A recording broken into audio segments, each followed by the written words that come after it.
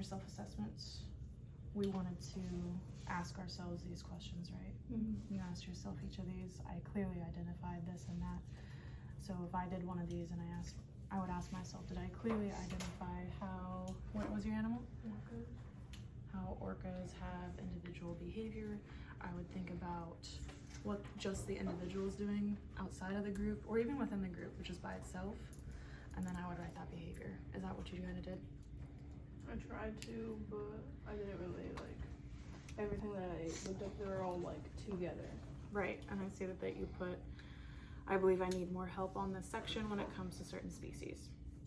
Was it just the orcas that were giving you a hard time? Because like you said, everything you researched was just group stuff. Well, sometimes like animals I'm interested in, they don't like live in groups sometimes. So it's easier to find their own behaviors other than group behaviors. Totally. So a lot of behaviors are kind of both. They'll do individual behaviors, but it might have a group behavior component to it.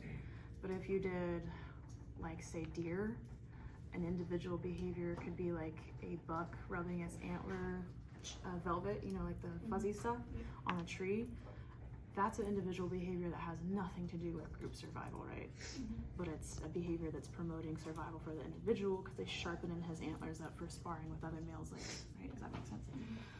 So for orcas, I know the research was kind of more group-based, but I'm sure there's stuff that they do on their own. They like slap their tails and sit on the water. Why do they do that? Like when they come out, it just like slaps their tails on it. I think it's just to like let other whales know that they're there. So it's a communication thing still? Yeah. Okay. That's like an individual thing that's doing, but it's socializing with others.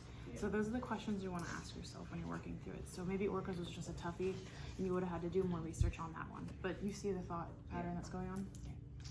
This one you said you felt strong in, explaining how the behavior improves the survival of the individual, Yeah. right? Okay. And then the group behavior you said you felt strong on too. What was the group behavior that you did? They used echolocation to navigate. Okay. And how's that help them survive? Well, they live in like icy water, so they don't like hit icebergs or anything. They want to be able to find like their prey and each other. So they're not hitting icebergs, they're able to find prey, and they're not hitting each other. I mean, this is valid. Okay, so the logic and the reasoning part. You kind of just gave me some, but you said that you feel like you could grow more in this. What do you mean by that? I feel like I could go in more detailed about how it affects them instead of just, because it provides them food, because it gives them space. It provides them food, gives them space. Right, but that's kind of where we're going with it. That's the extent of the depth that I think Well, you that's why can. I put Right? in between. In between, yeah. I feel like as long as you're explaining that this group behavior helps the whole population survive because it's, you know, it's enhancing their chances of getting food, or it's, you know, promoting a higher survival rate for young because there's so many of them. Like I know orcas kind of take really good care of their young, right? Yeah. So if they're in a pod, they're in a group, right? The likelihood for that young calf's survival goes way up, right? Yeah. So something like that. So I feel like you're fine on that actually. I feel like you could probably move that over there.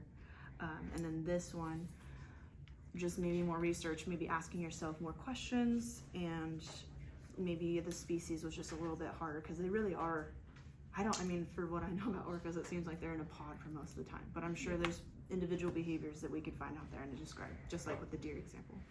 But good job. You want me to take this? Yeah, sure. Brandon, would you mind coming over here? Grab your Chromebook with your self-assessment, please. I was gonna fix my last two answers, but Don't worry about for the self-assessment? yeah, it's just very cool. Yeah, you put stuff in both columns I've seen, so okay, let's just go through it. So first you chose hyenas as your species, okay, for group behavior, not individual behavior. What was your individual behavior that you were talking about? So males directing calls towards females. It's kind of a social thing.